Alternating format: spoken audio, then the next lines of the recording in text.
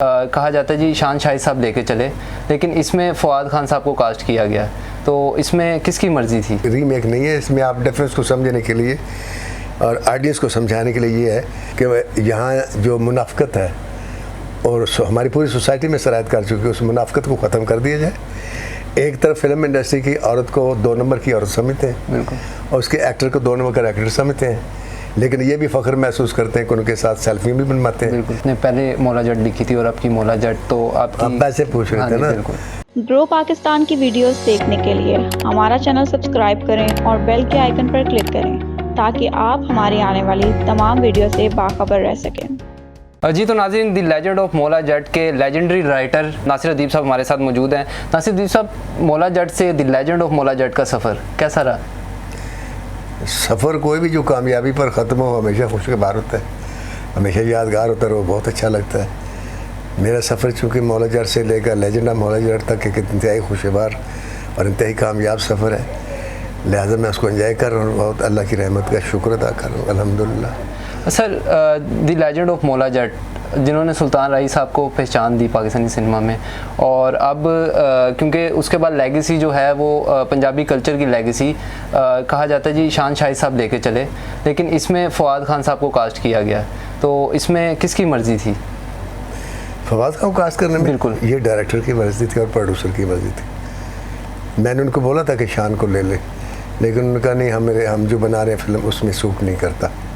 उसकी वजह यह है कि उन्होंने ये डिसाइड कर लिया था, मुझे पहले दिन से बताया था कि हम जो फिल्म बना रहे हैं ये उस व्यूअर्स के लिए नहीं बना रहे जिन्होंने वो पहली मौला जट देखी थी। उन्होंने कहा कि वो 80 का व्यूअर था, वो 2000 तक चला, अब वो व्यूअर ख़त्म हो गया है, अब इनकी औलाद है और वो पढ़ी लिखी है। हम पढ़े लिखे लोगों के लिए मौला जट बना रहे हैं, सेम किरदार लेके। और दूसरी बात उसने मुझे ये की कि मैं ये फिल्म सिर्फ पाकिस्तान के लिए नहीं बना रहा, मेरे सामने पूरी दुनिया है, मैं इसे पूरी दुनिया में रिलीज़ करूँगा। ठीक है। और आज देख लें, उस फिल्म में गाना भी कोई नहीं है, बिल्कुल, और 2.5 घंटे की फिल्म है, बिल्कुल, और लोग एंजॉय करते हैं और पूरी दुनिया में चल रही है। और अभी मुझे चंडीगढ़ से फ़ोन आया एक सिख का, उसने कहा 500 करोड़ की फिल्म बनी बाहुबली, बिल्कुल, और बम्बे की इंडस्ट्री उसका मुकाबला नहीं कर सकी। ये 45 करोड़ की पंजाबी फिल्म है जिसने उसके बिज़नेस का रिकॉर्ड तोड़ दिया, बिल्कुल। तो कहता है कि एक कमाल हो गया कि पंजाबी फिल्म। मैंने उसे फिर कहा, मैंने कहा मैं तो पिछले 7-8 साल से ये कह रहा हूँ, जब से लाहौर की इंडस्ट्री का सवाल हुआ है कि इंडस्ट्री जब भी रिवाइवल करेगी, जब भी उठेगी, पंजाबी फिल्म से उठेगी और लाहौर से उठेगी। लाहौर से फिल्म इंडस्ट्री का दोबारा रिवाइवल। ये मैं आज नहीं कह रहा, ये मैं पिछले 8-10 साल से कह रहा हूँ।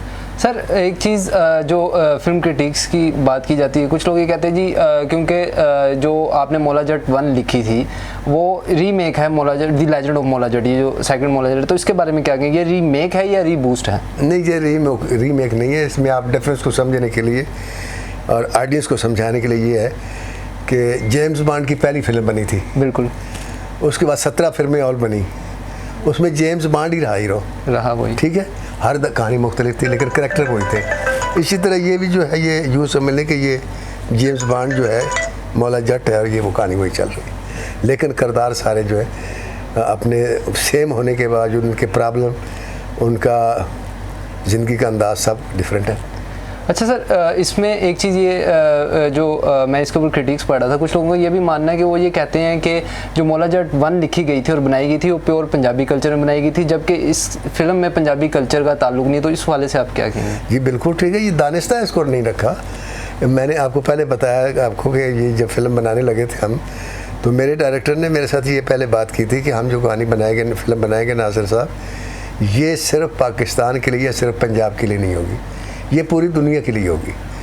तो हमने एक नई दुनिया क्रिएट कर दी, ठीक है, उसमें पंजाब नहीं है लेकिन उसमें पंजाबी लोग रहते हैं, बिल्कुल। आप यूँ समझ लें कि एक दौर था जब इसी पंजाब में लोग रहते थे और यही माहौल था, कोई कानून नहीं था, कोई जेल नहीं थी, कोई पुलिस नहीं थी, कोई रेलगाड़ी नहीं थी, कोई कार नहीं थी, कोई बिजली नहीं थी, था ना वो दौर, बिल्कुल ऐसे उस दौर की कहानी।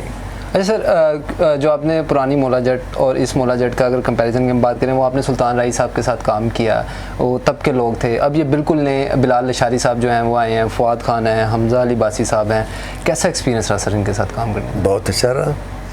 उन्होंने वो जो थे, चूँकि बेसिकली पंजाबी थे लोग, उनके साथ मेरा काम करने का अरसा भी बहुत लंबा है। मैं सुल्तान राय के साथ पहली फ़िल्म मेरी 73 में शुरू हुई, आखिरी फ़िल्म उनके साथ मेरी सखी बादशाह वो भी उनके साथ ही थी, 96 में रिलीज़ हुई। तो वो 25 साल का जो अरसा उनके साथ गुजारा, उनके साथ मेरी केमिस्ट्री बहुत मिल गई थी।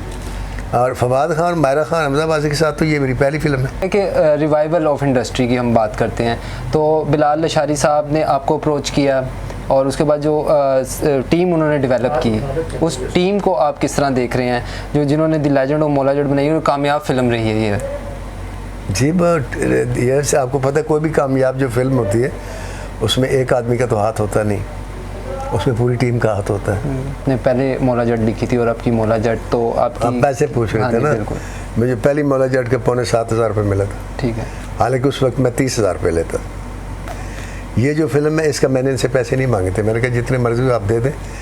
मैंने कहा मैंने हाईएस्ट पैसे जो लिए वो सखी बादशाह के लिए थे 96 में, कि यहाँ जो मुनाफकत है और हमारी पूरी सोसाइटी में शरारत कर चुकी है, उस मुनाफकत को ख़त्म कर दिया जाए। एक तरफ फिल्म इंडस्ट्री की औरत को 2 नंबर की औरत समझते हैं और उसके एक्टर को 2 नंबर का एक्टर समझते हैं, लेकिन ये भी फ़ख्र महसूस करते हैं कि उनके साथ सेल्फी भी बनवाते हैं और उनको अपनी बेटी की शादी में बुला के फ़ख्र भी महसूस करते हैं।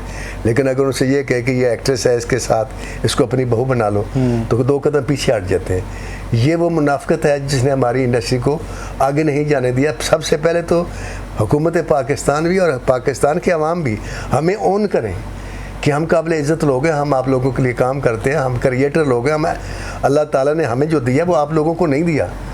आप देखिए पाकिस्तान के अंदर मैं आपको 10,000 डिप्टी कमिश्नर मिलेंगे, 50,000 कमिश्नर मिलेंगे, बेशुमार जजेस मिलेंगे, बेशुमार आपको वकील मिलेंगे, लेकिन नासिरुद्दीन नहीं मिलेगा आपको शान नहीं मिलेगा। बस मुझे बताएं ना, हमेशा सेकंड लाइन उस इंडस्ट्री की बनती है जिस इंडस्ट्री में इज़्ज़त हो।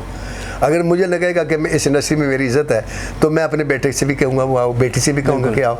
अगर मैं देखूँगा मेरी जब इस रिस्पेक्ट नहीं तो मैं अपने बच्चों से कहूँगा यार छोड़ो, इधर ना आना, बाकी जो काम मैंने कर लेना। जिस हिंदुस्तान की आप मिसाल देती हैं उनकी 6ठी नस्ल काम कर रही है, बिल्कुल ऐसी है, राज कर रही है या नहीं कर रही? यहाँ मुझे किसी पुराने डायरेक्टर का बेटा दिखा दे, किसी पुराने डायरेक्टर की बेटी दिखा दे, जो गए बस चले जाए।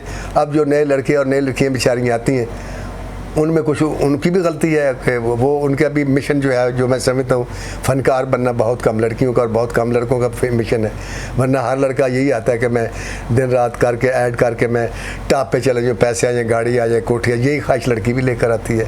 लेकिन मैं कहता हूँ कि कोई तो लड़की है जो सबिया खानम बनने के लिए है, जो मुसरत नज़ीर बनने के लिए है, जो मधुबाला बनने के लिए है। कोई लड़का तो आया जो कहे मैं दिलीप कुमार बनना चाहता हूँ, मैं शाहरुख खान बनना चाहता हूँ। जब इन जज्बों के साथ आएंगे तो इंशाल्लाह इंडस्ट्री तरक्की करेगी। वरना अगर ये चीज़ नहीं ना होगी, आप फिल्में अच्छी बनाते जाएं, कभी इंडस्ट्री का रिवाइवल नहीं होगा। उसमें ये होगा कि आप देखें ये फिल्म बन गई अच्छी, ये करोड़ों रुपए कमा लेगी, प्रोड्यूसर कमा लेगा, आगे एक आध फिल्म और शुरू कर लेगा। बस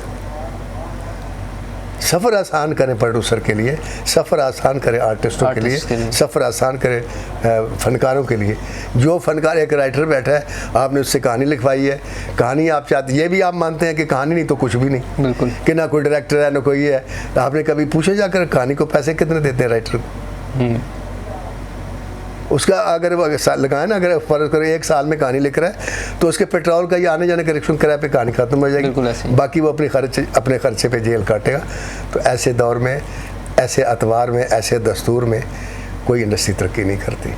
यही वजह है, यही मुनाफकत है कि इस वक्त पाकिस्तान का हारा दारा बर्बाद है। नासिर अदीब साहब हमारे साथ मौजूद थे, दी मौला जट और the legend of Maula Jatt और मौला जट के राइटर। सर बहुत सी नेक तमन्नाएं आपकी फ़िल्म के लिए, आपके कैरियर के लिए, और इसी के साथ जी हमें दे इजाज़त। अल्लाह हाफिज़।